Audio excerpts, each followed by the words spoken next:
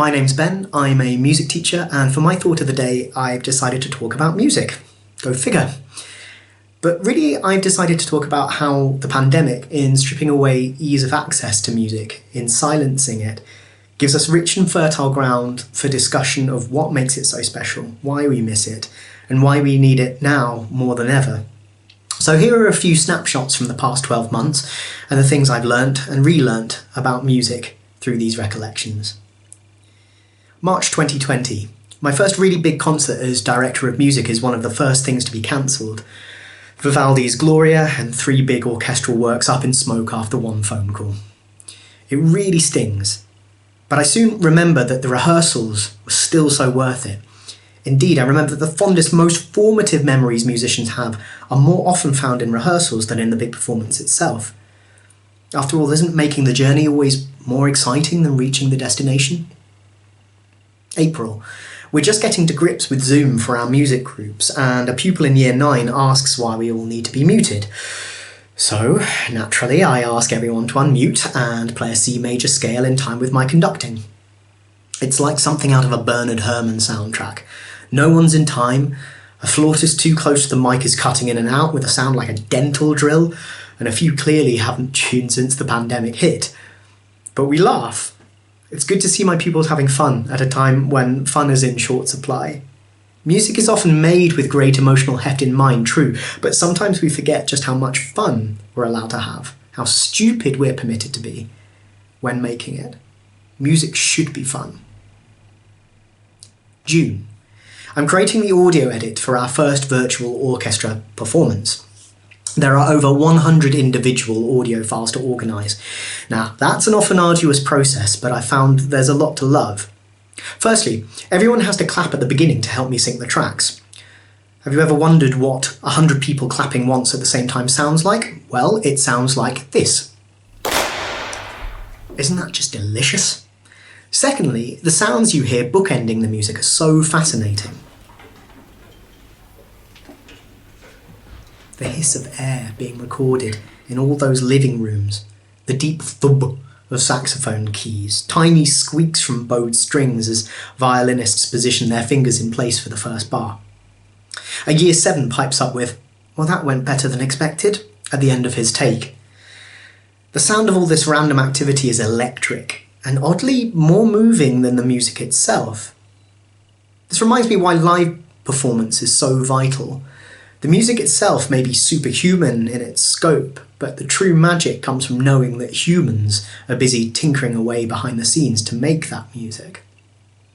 October, our first live choir rehearsal in months. Being in the moment together, making this beautiful noise. The simple ease of it after months of online music. However much technology we throw at it, this is what music is really about. I start visibly tearing up, and we haven't even finished the warm-up. The pupils find this absolutely hilarious, of course. Early November. The nation has already hung up its Christmas lights. This feels premature, but it's understandable. People need that comfort right now. The same is true of Christmas carols. Usually my pupils sigh when I unveil our Christmas carol rep this early. But sir, it's November! But this year they actively asked for them. Music provides ritual, refuge, familiarity, sanctuary. It's not new music, and that's entirely the point. January. Happy 2021, and we're back on Zoom. As ever, I can't hear anyone in this particular Zoom rehearsal I'm thinking about, but I know exactly where each pupil is in the music from the way they move and the changing nature of their facial expressions. It reminds me of how much we value the physicality of music, not just the sound. Watching the best live music is as riveting as a centre court match. There's no substitute for it. February. Our school's online concert series has been watched 6,000 times since September. Concerts that would be attended by no more than 20, usually, have been watched by hundreds. Parents of non-musicians have been in touch to say they had no idea this is what our pupils can achieve.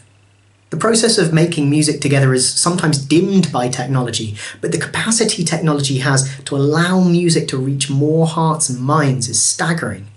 I can't wait to see where it takes us. Finally, March. I'm recording the Endellian Easter Sunday hymn. Well, whenever I sing anything remotely Easter related, I immediately smell the earthy musk of incense in my hair, deep salty notes on a cold breeze, sweet nectar from daffodils on a kitchen table, and a warm waft of cinnamon from a hot cross bun under the grill. Isn't it incredible how music offers a multi-sensory, synesthetic experience of sights, smells, tastes and touches, conjuring a sense of time and place out of thin air? Singing one hymn will never be the full Endellian experience, but for 2.5 minutes I'm in Cornwall and my thirst for the place is quenched. Music allows us back to the places we cherish, special places like Endellian, whenever we want. As restrictions have boxed us in and severed connections, so music has freed us to explore and re-establish those connections. Yes, music has been quite a lifeline in this pandemic. Thanks for listening to my ramble, and happy Easter.